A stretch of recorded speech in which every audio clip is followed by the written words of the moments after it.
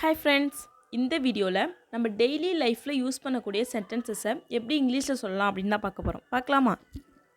வீடியோக்குள்ளே போகிறதுக்கு முன்னாடி நீங்கள் இன்னும் நம்ம சேனலில் சப்ஸ்கிரைப் பண்ணலைன்னா இப்போவே சப்ஸ்கிரைப் பண்ணிக்கோங்க. கூடவே இருக்கிற பெல் பட்டனையும் கிளிக் பண்ணிக்கோங்க. ஸோ தட் நான் போகிற வீடியோஸ் உங்களுக்கு நோட்டிஃபிகேஷன் வரும். சப்ஸ்கிரைப் பண்ணுறது உங்களுக்கு ரொம்பவே சின்ன விஷயம், ஆனால் அது எனக்கு ரொம்ப பெரிய விஷயம். So please do subscribe our channel. இப்போது லாஸ்ட் வீடியோவில் பார்த்த டெஸ்ட் யுவர் நாலேஜ் சென்டென்ஸ்க்கான ஆன்சர் என்னென்னு பார்க்கலாம். த சென்டென்ஸ் வாஸ், எனக்கு இங்கே இருப்பதற்கு விருப்பம் இல்லை. எனக்கு இங்கே இருக்கிறதுக்கு விருப்பம் இல்லை அப்படின்னு சொல்லுவோம் இல்லையா? ஸோ அதான் சென்டென்ஸ். அதை இங்கிலீஷில் எப்படி சொல்லலாம்னா, I don't want to be here. I don't want to be here. I don't want அப்படின்னா எனக்கு விருப்பம் இல்லை. டு பி ஹியர் அப்படின்னா இங்கே இருக்கிறதுக்கு. I don't want to be here. ஓகேவா? ஸோ இப்போ இன்றைக்கான சென்டென்சஸ் பார்க்கலாம். ஃபர்ஸ்ட் சென்டென்ஸ், அவன் எனக்கு கால் செய்து 2 வாரங்கள் ஆகிறது. அவன் எனக்கு கால் பண்ணி 2 வாரம் ஆகுது அப்படின்னு சொல்லுவோம் இல்லையா? அதை இங்கிலீஷில் எப்படி சொல்லலாம்னா, It's been 2 weeks since he called me. It's been 2 weeks since he called me. It's been 2 weeks அப்படின்னா 2 வாரம் ஆகுது. Since he called me, அவன் கால் பண்ணதுலேருந்து 2 வாரம் ஆயிடுச்சு. ஓகேவா? நெக்ஸ்ட் சென்டென்ஸ் என்னென்னு பார்க்கலாம். அவன் 2 நாட்களுக்கு முன்பு எனக்கு கால் செய்தான். அவன் 2 வாரத்துக்கு முன்னாடி கால் பண்ணான், அதுக்கப்புறம் பண்ணல அப்படின்லாம் சொல்லுவோம் இல்லையா? அதை இங்கிலீஷ் எப்படி சொல்லலாம் கெஸ் பண்ணுங்க. He called me 2 weeks ago. He called me 2 weeks ago. He called me அப்படின்னா அவன் எனக்கு கால் பண்ணான். 2 weeks ago அப்படின்னா 2 வாரத்துக்கு முன்பு. He called me 2 weeks ago. Next sentence என்னென்னு பார்க்கலாம். நான் உனக்கு கால் செய்யலாம் என்று இருந்தேன். இப்போ நம்ம யாருக்கும் கால் பண்ணலான்னு இருப்போம். திடீர்னு அவங்க கால் பண்ணாங்கன்னா, இப்போ தான் உனக்கு கால் பண்ணலான்னு நினச்சேன் அப்படின்னு சொல்லுவோம் இல்லையா? அதை இங்கிலீஷ் எப்படி சொல்லலாம் கெஸ் பண்ணுங்கள். I was about to call you. I was about to call you. நான் உனக்கு கால் பண்ணலான்னு இருந்தேன். I was about to call you. Next sentence என்னென்னு பார்க்கலாம். என்னுடைய ஃபோன் தண்ணீரில் விழுந்து விட்டது. என் ஃபோனு தண்ணியில் விழுந்துட்டு அப்படின்னு சொல்லுவோம் இல்லையா? அதை இங்கிலீஷ் எப்படி சொல்லலாம் கெஸ் பண்ணுங்கள். My phone fell in the water. My phone fell in the water. Fell அப்படின்னா விழுகிறது. ஸோ இந்த வாட்டர் அப்படின்னா தண்ணியில். My phone fell in the water. Next sentence என்னென்னு பார்க்கலாம். நான் என்னுடைய ஃபோனை காரில் வைத்து விட்டு வந்துவிட்டேன். நான் என்னோடய ஃபோனை கார்லேயே வச்சுட்டேன் அப்படின்னு சொல்லுவோம் இல்லையா?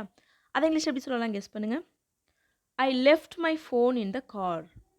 ஐ left my phone in the car. So இங்கே I forgot my phone in the car அப்படின்னு சொல்லக்கூடாது. ஏன்னா நம்ம காரில் தான் வச்சுருக்கோங்கிறது நம்மளுக்கு தெரியுது. ஸோ இந்த இடத்துல ஐ லெஃப்ட் தான் யூஸ் பண்ணணும். நம்மளுக்கு எங்கே வச்சோம் அப்படின்னு தெரியலனா தான் நம்ம ஃபர்காட் யூஸ் பண்ணணும். ஓகேவா? So I left my car in the I left my phone in the car. So next sentence என்னென்னு பார்க்கலாம். ஃபோனில் பேசுவது எனக்கு தலைவலியை ஏற்படுத்துகிறது. ஃபோனில் பேசுகிறது எனக்கு தலைவலியாக இருக்குது அப்படின்னு சொல்லுவோம் இல்லையா? அதை இங்கிலீஷ் எப்படி சொல்லலாம் கெஸ் பண்ணுங்கள். Docking on the phone gives me headache.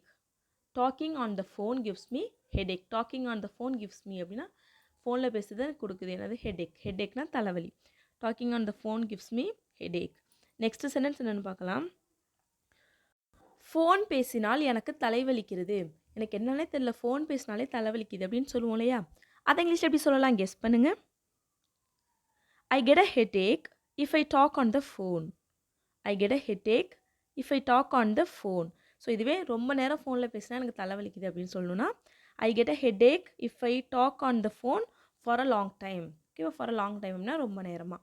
So if I get a headache if I talk on the phone for a long time. So next sentence என்னென்னு பார்க்கலாம். நீ எப்படி ரொம்ப நேரம் ஃபோனில் பேசுகிறாய்? நீ எப்படி ரொம்ப நேரம் ஃபோனில் பேசுகிற அப்படின்னு சொல்லி கேட்போம் இல்லையா? அதை இங்கிலீஷ் எப்படி கேட்கலாம் கெஸ் பண்ணுங்கள். How can you talk on the phone for a long time? How can you talk on the phone for a long time? How can you talk on the phone அப்படின்னா உன்னால் எப்படி பேச முடியுது ரொம்ப நேரம் ஃபோனில்? How can you talk on the phone எப்படி உன்னால் பேச முடியுது? ஃபார் அ லாங் டைம் எப்படின்னா ரொம்ப நேரம். நெக்ஸ்ட் சென்டென்ஸ் என்னென்னு பார்க்கலாம். உன்னுடைய வேலை முடிந்த பிறகு எனக்கு கால் செய். உன்னோட வேலை முடிஞ்சதுக்கப்புறம் எனக்கு கால் பண்ணு அப்படின்னு சொல்லுவோம் இல்லையா? அதை இங்கிலீஷ் எப்படி சொல்லலாம் கெஸ் பண்ணுங்கள். Call me after your work is done. Call me after your work is done. Call me அப்படின்னா எனக்கு கால் பண்ணு. எப்போ? After your work is done. உன்னோட வேலை முடிஞ்சதுக்கு அப்புறம். நெக்ஸ்ட் சென்டென்ஸ் என்னென்னு பார்க்கலாம். நீ தயாரான பிறகு எனக்கு ஒரு மிஸ்டு கால் கொடு. நீ ரெடியானதுக்கப்புறம் எனக்கு ஒரு மிஸ்டு கால் கொடு, நான் வந்துடுறேன் அப்படின்னு சொல்லுவோம் இல்லையா? அதை இங்கிலீஷ் எப்படி சொல்லலாம் கெஸ் பண்ணுங்கள். Give me a mist call when you are ready. Give me a mist call when you are ready give me a missed call அப்படின்னா எனக்கு மிஸ்டு கால் கொடு. எப்போ when you are ready நீ தயாராக இருக்கும்போது, நீ தயாரானதுக்கப்புறம். ஓகேவா? So give me a missed call when you are ready. Next sentence என்னென்னு பார்க்கலாம். நான் என்னுடைய ஃபோனை தொடாதே என்று உனக்கு சொன்னேன். என் ஃபோனை தொடாதன்னு உனக்கு சொன்னேன் அப்படின்னு சொல்லுவோம் இல்லையா? அதை இங்கிலீஷ் எப்படி சொல்லலாம் கெஸ் பண்ணுங்கள். I told you to not touch my phone. I told you to not touch my phone. I told you அப்படின்னு நான் சொன்னேன். என்னது? to not touch my phone. என் ஃபோனை தொடாதன்னு. நெக்ஸ்ட் சென்டென்ஸ் என்னென்னு பார்க்கலாம். என்னிடம் சொல்லாமல் என்னுடைய ஃபோனை எடுக்காதே. என்கிட்ட சொல்லாமல் என் ஃபோனை எடுக்காதே அப்படின்னு சொல்லுவோம் இல்லையா? அதை இங்கிலீஷ் எப்படி சொல்லலாம் கெஸ் பண்ணுங்கள். Don't take my phone without telling me. Don't take my phone without telling me. Don't take my phone அப்படின்னா என் ஃபோன் எடுக்காத. without telling me அப்படின்னா என்கிட்ட சொல்லாமல். இதை வேறு விதமாக சொல்லலாம். அது எப்படின்னா don't take my phone without my knowledge. without my knowledge அப்படின்னா எனக்கு தெரியாமல். don't take my phone without my knowledge. Next sentence என்னென்னு பார்க்கலாம். அவன் காலையிலிருந்து ஃபோனில் பேசி கொண்டிருக்கிறான். அவன் காலையிலேருந்து ஃபோனில் பேசிகிட்டு இருக்கான், இன்னும் வைக்கல அப்படின்னு சொல்லுவோம் இல்லையா? அதை இங்கிலீஷ் எப்படி சொல்லலாம் கெஸ் பண்ணுங்கள். He has been talking on the phone since morning. He has been talking on the phone since morning. He has been talking on the phone. அவன் ஃபோனில் பேசிகிட்டு இருக்கான். ஸோ முன்னாடி பேச ஆரம்பித்தான், இப்போ வரையும் பேசிட்டு தான் இருக்கான் அப்படின்னு சொல்கிறதுக்கு he has been யூஸ் பண்ணணும். ஓகேவா? since morning. since morningனா காலையிலிருந்து. சின்ஸ்னா லிருந்து அப்படிங்கிறதுக்கு சின்ஸ், மார்னிங்னா காலையிலிருந்து. ஸோ நெக்ஸ்ட் சென்டென்ஸ் என்னென்னு பார்க்கலாம். ஃபோனில் விளையாடுவதை தவிர உனக்கு வேறு எந்த வேலையும் இல்லையா? ஃபோனில் விளையாடுறது தவிர உனக்கு வேறு எந்த வேலையுமே இல்லையா அப்படின்னு கேட்போம் இல்லையா? அதை இங்கிலீஷ் எப்படி சொல்லலாம் கெஸ் பண்ணுங்கள். Don't you have any other work other than playing games on the phone? Don't you have any other work other than playing games on the phone? Don't you have any other work அப்படின்னா உனக்கு வேறு வேலை இல்லையா? other than அப்படின்னா அதை தவிர. எதை தவிர? playing games on the phone. ஃபோனில் விளையாடுறதை தவிர. ஓகேவா? ஸோ நெக்ஸ்ட் சென்டென்ஸ் என்னென்னு பார்க்கலாம். Last sentence.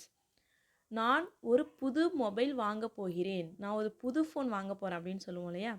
அதை இங்கிலீஷ் எப்படி சொல்லலாம் கெஸ் பண்ணுங்கள். I am going to buy a new mobile. I am going to buy a new mobile. I am going to buy அப்படின்னா நான் வாங்க போகிறேன். a new mobile அப்படின்னா புது ஃபோன். ஓகேவா? So that's all friends. இன்றைக்கி நம்ம பார்த்த சென்டென்சஸ் எல்லாமே நம்ம டெய்லி லைஃப்பில் யூஸ் பண்ணக்கூடிய சென்டென்சஸ் தான் இல்லையா? ஸோ இதெல்லாம் எங்கெல்லாம் உங்களுக்கு கிடைக்குதோ அங்கெல்லாம் யூஸ் பண்ணுங்கள். சூப்பராக இங்கிலீஷில் பேசி கலக்குங்க. So now it's time to test your knowledge. உங்களோட நாலேஜ் டெஸ்ட் பண்ணலாமா? உங்கள் நாலேஜை டெஸ்ட் பண்ணுறதுக்கான டுடே சென்டென்சஸ். நாளைக்கு எனக்கு கால் செய்கிறாயா? நாளைக்கு எனக்கு கால் பண்ணுறியா? நான் உங்ககிட்ட கொஞ்சம் பேசணும், நாளைக்கு எனக்கு கால் பண்ணுறியா அப்படின்னு கேட்போம் இல்லையா? ஸோ அதை இங்கிலீஷ் எப்படி சொல்லலான்னு கமெண்ட் பண்ணுங்கள். Once again the sentences. நாளைக்கு எனக்கு கால் செய்கிறாயா? ஓகேவா? So that's all friends. I hope you like this video. உங்களுக்கு இந்த வீடியோ பிடிச்சிருந்தா ஒரு லைக் மட்டும் பண்ணிவிடுங்க. நீங்கள் லைக் பண்ணும்போது தான் உங்களை மாதிரி இங்கிலீஷ் கற்றுக்கணும்னு ஆசைப்படுற நிறைய பேர் இந்த வீடியோ போய் ரீச் ஆகும். ஸோ உங்களுக்கு பிடிச்சிருந்தா இந்த வீடியோக்கு ஒரு லைக் பண்ணிவிடுங்க. இந்த வீடியோ உங்களுக்கு யூஸ்ஃபுல்லாக இருக்குன்னு நினச்சிங்கன்னா உங்களை மாதிரி இங்கிலீஷ் கற்றுக்கணும்னு ஆசைப்படுற உங்கள் ஃப்ரெண்ட்ஸ்கிட்டே இந்த வீடியோவை ஷேர் பண்ணுங்கள். அப்புறம் மறந்துடாமல் நம்மளோட சேனலை சப்ஸ்கிரைப் பண்ணிக்கோங்க. ஸோ தட் நான் போடுற வீடியோஸ் உங்களுக்கு ஹோம் பேஜில் காமிக்கும். தேங்க்ஸ் ஃபார் வாட்சிங். Happy learning.